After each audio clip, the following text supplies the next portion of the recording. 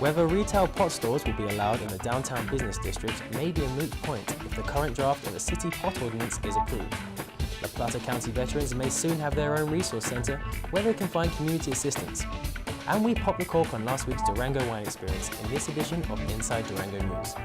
I'm Jordan Alexander, filling in for Ashley Dixon. You're watching Inside Durango News, your source for information about Southwest Colorado.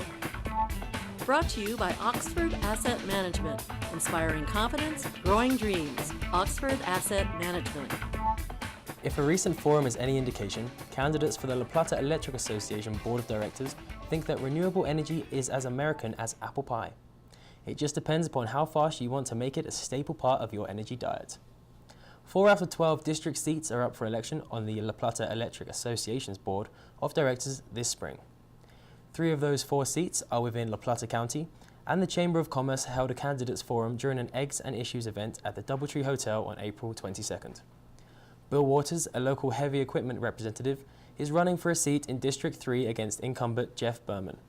Berman is currently exploring a new business venture and is a vocal proponent of using more renewable energy in the La Plata electric power mix. Davin Montoya, a local cattle rancher, is running unopposed in District 2. He has served 24 years on the board.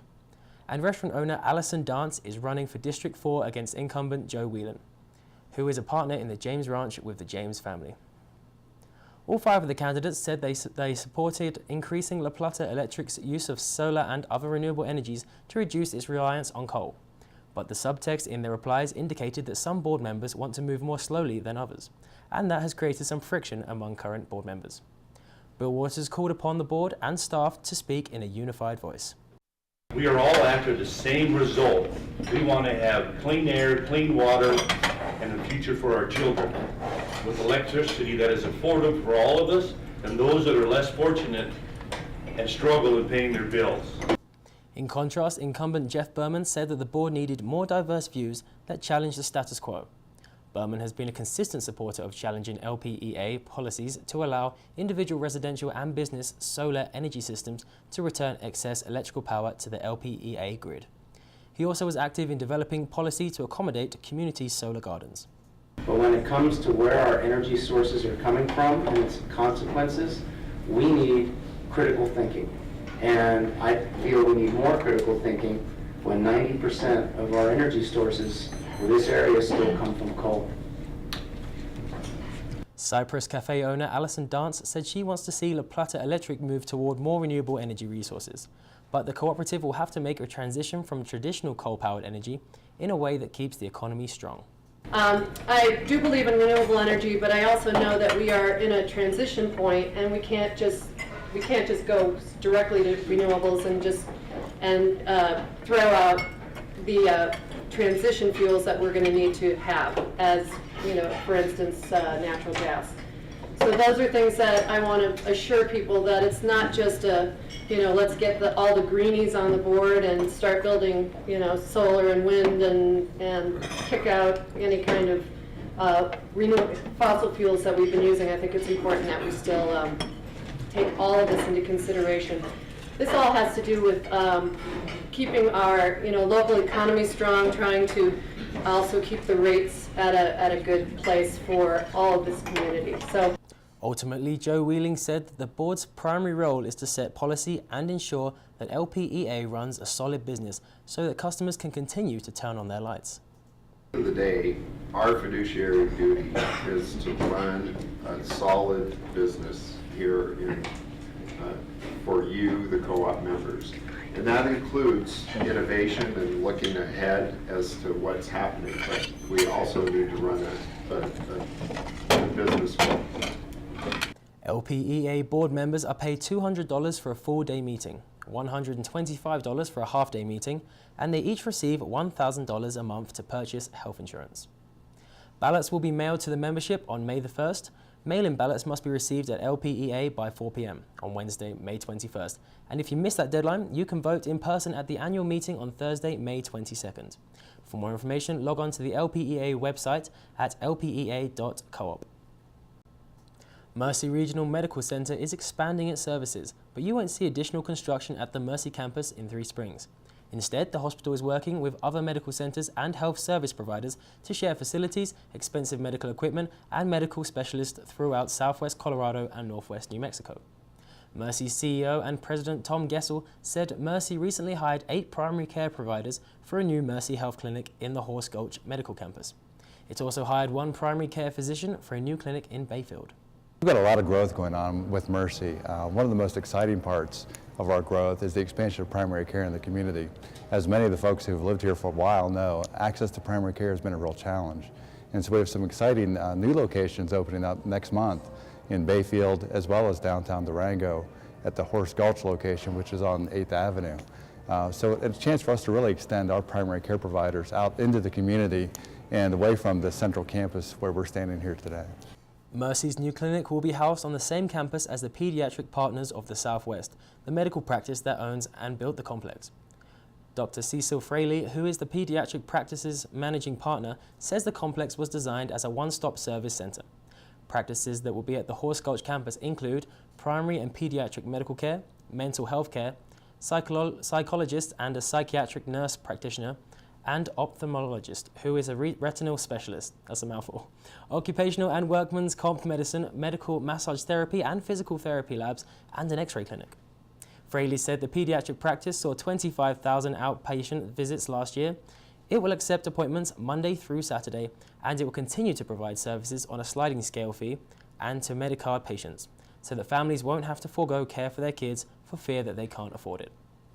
Mercy will also continue to serve Medicare and Medicaid patients and will offer a sliding scale fee for those without insurance, Gessel said. The new facilities opened just 5 months after Access Health opened the new La Plata Integrated Medicine in the office building next door to the Durango Public Library. Gessel said that the Mercy and Access are cooperating to share specialists and equipment and to create similar fee schedules to reduce competition. Despite the addition of the 2 new health centres and the new docks in town, the Four Corners region still could use more, said Gessel. We had a recent study completed that was based on 2013 data. And for the region, and keep in mind it is a broad region, it picks up parts of southeast Utah, northern New Mexico, northeast Arizona, as well as southwest Colorado. For the population, albeit sparse, it had identified a need of 60 additional primary care physicians in that region between now and 2018. And so we have a lot of work to do as a healthcare community to continue to recruit primary care providers into this market to serve a very underserved population. The Mercy Clinic and Pediatric Partners of the Southwest are expected to open their doors by midday. Up next, regulations in a proposed ordinance governing retail pot shops may make it impossible for shop owners to locate their operations downtown Durango. The Sporting News Grill at the new Holiday Inn and Suites of Durango is now open for breakfast, lunch, and dinner, featuring a full-service restaurant and bar with 11 HD TVs. It's a great venue for family and sports fanatics alike. The Sporting News Grill. Stop in and let us show you our game face. Who knew that I would be helping people into a cycling lifestyle for 34 years?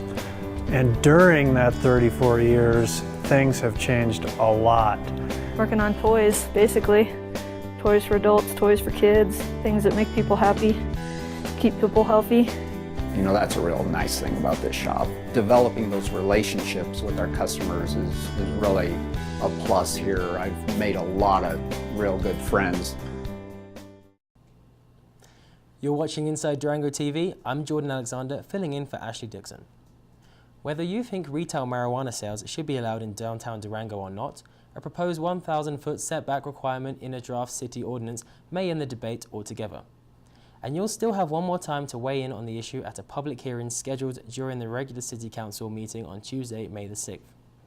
The City Council met in a study session on April 22nd with the City Attorney and Community Development staff to discuss a proposed ordinance that will regulate retail pot sales in the city limits. At the heart of the debate is whether retail marijuana stores should be allowed in the downtown business district. And while the Plata County voters approved Amendment 64 by a nearly 2-to-1 margin in 2012, recent surveys by the Durango Chamber of Commerce and Durango Business Improvement District indicate that residents are evenly divided over the issue. But at the council study session, it quickly became clear that some of the regulations in the proposed retail marijuana ordinance would prohibit recreational pot stores from locating anywhere within the business district.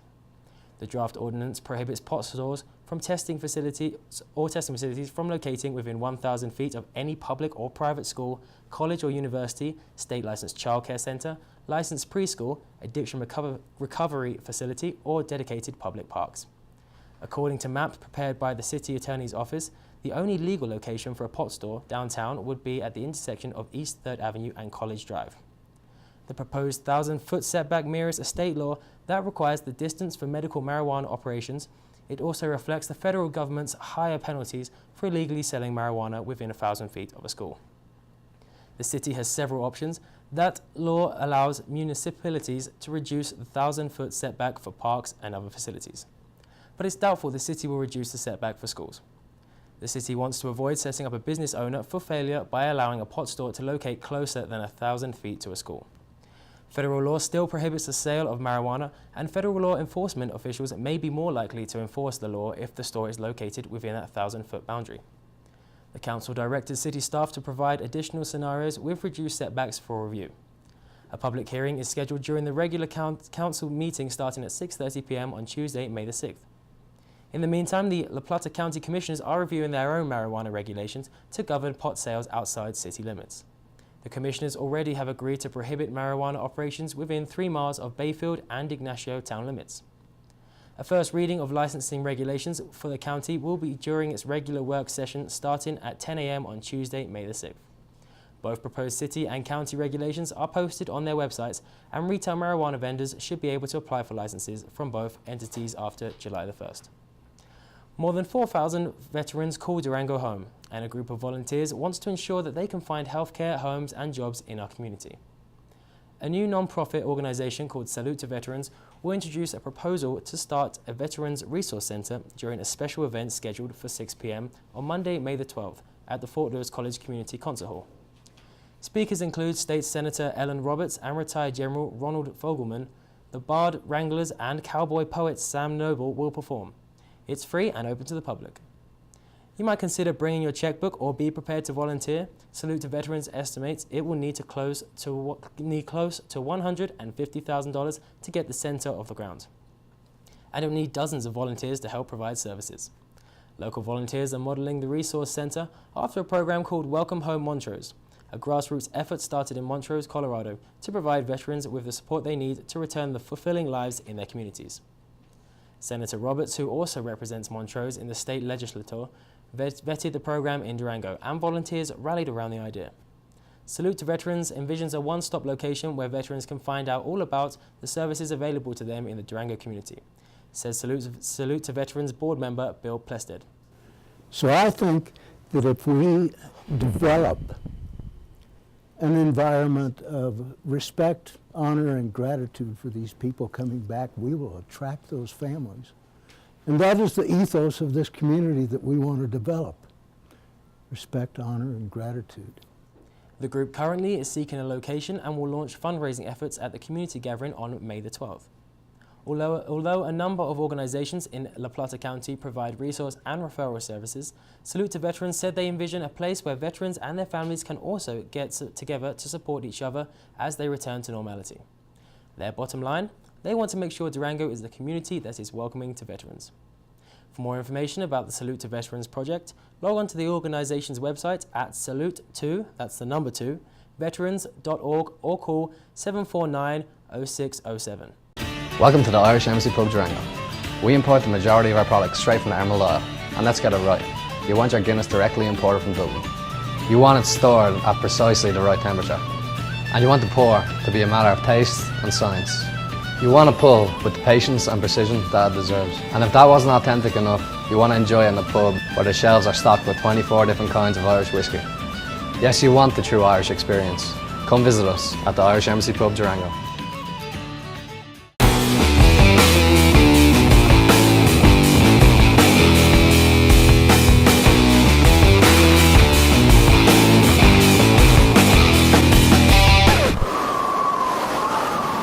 Where's the pump track? Durango is in the running for a Bell-built grant to fund a pump track at Chapman Hill, and we need you to vote. Go to bellhelmets.com today and vote for Durango. Voting ends May 4th. You're watching Inside Durango News. I'm Jordan Alexander, filling in for Ashley Dixon. Literally hundreds of different varieties of wines from throughout the world were on hand for the sipping pleasure of enophiles during the 8th annual Durango Wine Experience. Organisers report that they sold more than 1,000 tickets. Here's why. Then stay tuned to learn about a good dirt radio. Hi, I'm Jessica Boston with Inside Durango TV. We're here at Cocktails and Creations. This is our first stop for the 2014 Durango Wine Experience. Let's go get some wine.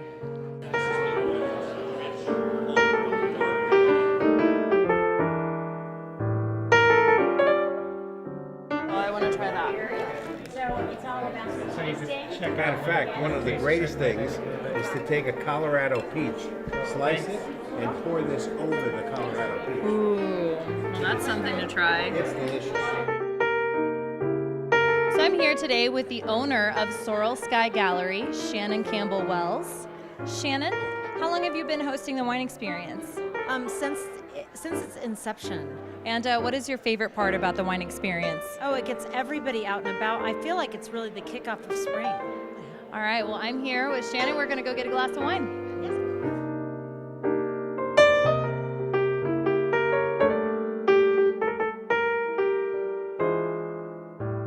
These are all from Messina Hoff, and we are a Texas winery. And American oak for aging. This has been served in the White House, and it just won gold in San Francisco. It was served in the White House?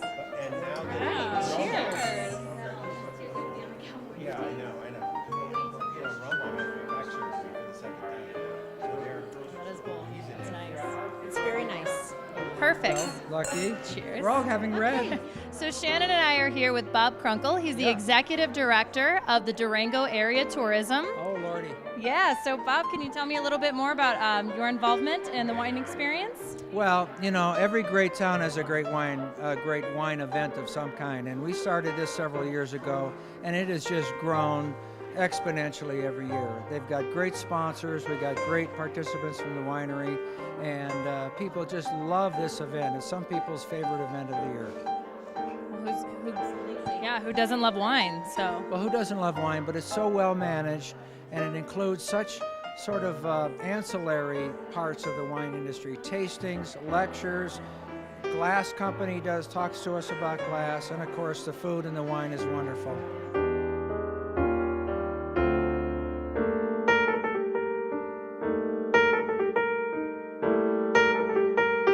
What is your favorite part about hosting the wine experience?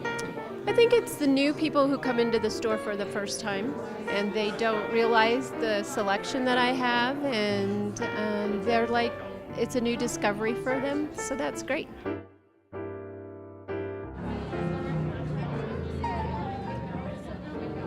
So I'm here with Brad Caskey. He's the owner of Durango Liquor, and he is a spectator for the 2014 wine experience. Brad, how you doing? Excellent, thank you. And what's your favorite part about the wine experience?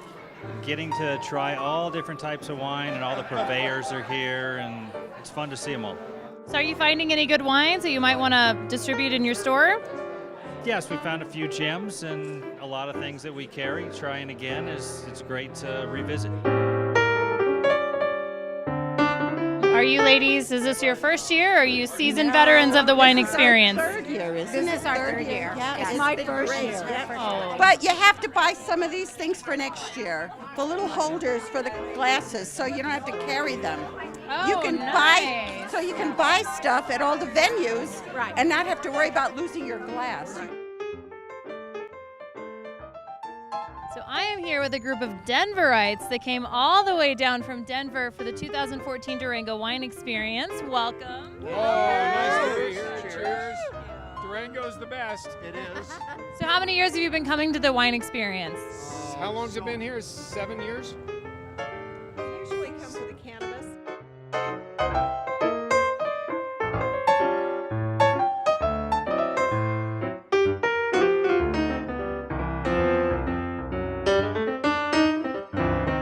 Well, today I'm presenting a tequila seminar featuring 5 tequilas and 1 mezcal, and we're going to talk about the history and production of tequila and mezcal, as well as some of the different varieties and nuances within tequila that make it so unique. We ended the weekend with a grand tasting, with over 1,000 tickets sold, 15 participating restaurants, 12 shops and galleries, 20 sponsors, and more than 250 labels of wine, tequila, bourbon, and beer. It's safe to say the 8th annual Durango Wine Experience was a success. Durango does have an affinity for its adult beverages. Today we have Tammy Graham from Good Dirt Radio, now celebrating its 10th anniversary on the air. Thanks for joining us, Tammy. It's a pleasure to be here, thank you. So what is Good Dirt Radio? Good Dirt Radio is a response to negative reporting, negative media that's very real about what's happening in our world environmentally. And Good Dirt Radio brings positive stories to counteract all the negativity we hear about. There's a lot of negative things happening and a lot of very difficult things happening environmentally in our world. There's also an incredible amount of positive things that are happening in response to the challenges that we all face environmentally. Okay, so now why should people listen to Good Dirt Radio? Well, a couple of reasons. With Good Dirt Radio, not only have we made it our passion and our focus to explore what communities are doing, what individuals are doing, what institutions are doing to counteract the negative impacts of what's happened in our environment over the last 20, 30, 40 years. But we not only talk about the positive things, but give simple solutions to what people can do on their own to help feel like they're making a difference. So it's not just we're sharing what's happening in terms of positive solutions. We're giving them access to resources that can enable them to go out and actually, do something about whatever it might be, in a small way, about climate change or about shopping locally for your food and vegetables. All those million little actions that sometimes when you're thinking about environmentally the shape that our world's in, you can get overwhelmed and just not act at all. And so that's really our goal, is to inspire people to act. So that's why people should tune in to Good Dirt, which you can do on the website. Mm-hmm. You can do, there's several dozen radio stations that Good Dirt Radio is on. So great resources on our website. And you're celebrating your 10th anniversary. Yeah, 10 years. It's hard to believe it's been that long. 10 years, started in 2004 in about this time in the spring. And it's been very much the same crew. Myself and Tom Bartels have been the co-host the entire time. Gary Lewin has been producing the show the entire time. I might add, for 95% of this time, of the 10 years, it's been all all volunteer driven. So it's really, I think, a testament to our community that we have this cadre. We have a board of directors and a cadre of volunteers that have been committed to this project for the last 10 years, mostly on a volunteer basis. So how did you get involved, firstly? Well, I have been accused of being kind of a media slut. So I was asked. I ran KDUR for 7 years. I worked out at KSUT, our two non-commercial radio stations in the Durango area. And I was asked to come and bring my radio voice, my background, my positive energy to being the co-host of the program, and I was honored to be asked. Excellent. So over the 10 years, you must have had some favorite stories that you could share with us. Oh gosh. Well, we have some favorite outtakes that I probably can't share with you, but one thing I was thinking about the other day was how much I have learned from every single story that we've done. So for me to come in and be the co-host of this program has been an incredible asset to me and my own knowledge about how much good is actually happening out there in the world in terms of addressing environmental issues. So I don't know if there's any couple that stand out as favorites, but I would say that it's been an incredible learning experience for me, and every time, even if I think I know everything there is to know about community-supported agriculture, I learn something new about it when we're doing a program on that topic, for example. So you mentioned the website. So how can people access the radio station? Our website is gooddirtradio.org. It's just had a great, wonderful upgrade. It's a very user-friendly website. It's very pleasing, great photos. So I really encourage folks to go there and check it out. Excellent. Well, I'll definitely check it out. I've never heard of it, but I will have a listen when I get home. Good. Well, I should hope so. Let me know what you think. I will. Thank you very much for joining us today. You're welcome. Thank you. Thanks for joining us today. Up next, your weekly updates.